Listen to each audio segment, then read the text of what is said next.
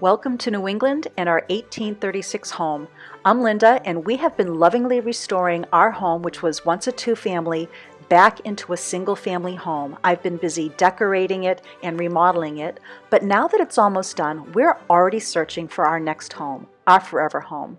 But until we find it, won't you join me as I decorate and share some of my DIY tips? Some time in the garden. We're going to be doing some entertaining and crafting together, and we're even going to bake and cook together. That's not all. I also take all my kindred spirits along shopping with me, and we go look at old towns in New England, and we're also going to take you along to look for our next home, our forever home. But until then, won't you join me for a dose of New England fine living, no matter how simple or grand that may be? Hello, kindred spirits. I thought I would share a little sketching hack that just happened by chance. As some of you saw in my last video, I have these white bleeding hearts that I planted last year, and those who have been following along also know that I've just been sketching to teach myself how to sketch, and for my own enjoyment. I am not an artist, but I do it for relaxation and just to be in a moment. Now, when I put out these hearts to actually draw, I noticed this beautiful shadow. So I decided, why shouldn't I, or why can't I just trace the shadow? Now, here's the problem. I did trace the shadow. I thought my phone was filming the whole time, and it wasn't. But I'm still going to show you some of the steps that I did, because this is a really great way that if you don't sketch or draw and you just want to do something fun, here you go. You can sketch a shadow. If you don't have a sunny day like I did here, you could set up with a lamp or a bulb facing towards the paper to create your shadow. Now, this was my first time ever doing it. It was impromptu, so the first sketch I did was quite heavy with the pencil. I couldn't really see the lines I was making against the shadow. And then I was just going to leave it at that. And then I'm like, well, I'm going to add all these little details and start working on it as if I was sketching it by looking at the flower. So I pulled off one of the hearts, and to me, I mean, I see a turtle here. Does anybody see a turtle? I do. But when I look at flowers in detail, I just love seeing things that I normally wouldn't see. So I started to add in some of the detail here in the flowers into my sketch. Once again, I am not an artist. I don't pretend to be, and this is usually just for my eyes only. So I go in sometimes and I will draw something, erase it, draw it again, just until I get it to my liking.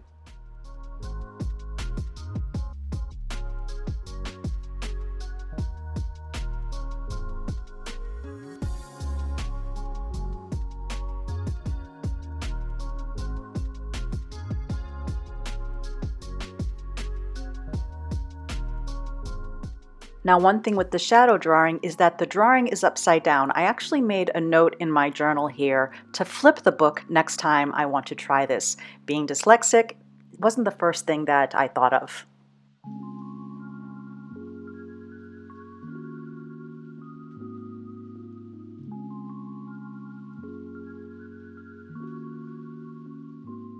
I was only going to do detailing on one of the blossoms, but I got a little carried away. So I started with this one, and then I decided I'm going to skip to using my watercoloring pencils because that's what I do.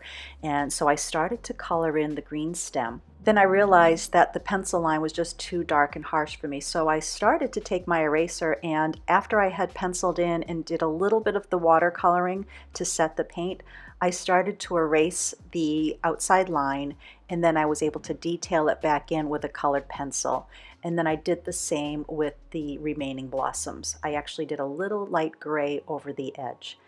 And I'm making a note here. I opened up my colored pencils. They fell all over the journal, and this is the pretty design that it made. This journal, I write in the time, the date, the weather, and I'm even starting to do like the inside of flowers so I can get more detail. And like I said, this is just for me. And now I have almost a whole year of journaling. I can look back, see how much I've grown with my sketches or not. I see what things should be growing starting in June, because I actually started the book, I think, June 4th.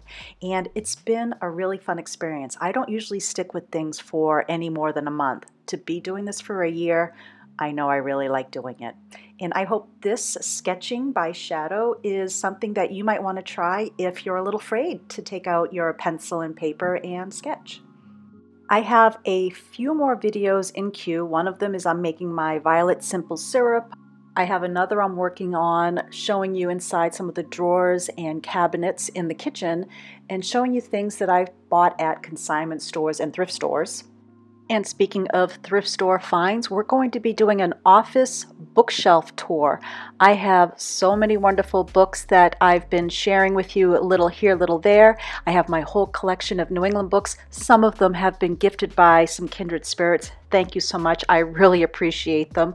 And then we're going to do a little bit something different. We have been invited to take a tour of a historic home that was once a tavern, but it's now a beautiful inn in New Hampshire. So we're going to take a tour with the owner and hear a little bit more about the history and why they opened this beautiful inn.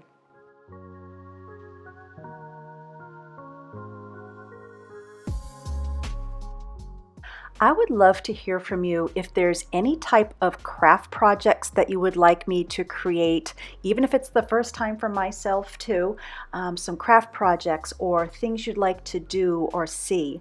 I'm even going back to a lot of the vintage Martha Stewart videos, and we're going to be recreating some of those. I've been wanting to make her circular sub with my own twist. And I'm going to do a few more DIY hacks, and we're also going to plant an indoor moon garden. I've had plenty of people ask what a moon garden is. I will explain more, and we will make one together. Well, kindred spirits, that's it for now. You will be seeing a lot more videos here now that I have some time freeing up from house hunting. And the goal is 2 to 3 per week. We're going to be doing, like I said, more crafting. We're going to go back to the fall and winter scheduling that I had before. And hopefully I'll have the time to keep doing that because this really is a passion of mine. And your responses that I have reignited your creativity or you're trying something new really touches my soul, and it makes me so happy. You know, I started to do this just as my outlet. Now I'm feeding off of your happiness and things that you do, and I love hearing about it. So please comment below if there's some things that you've done because of the channel, and I look forward to reading them. Bye now.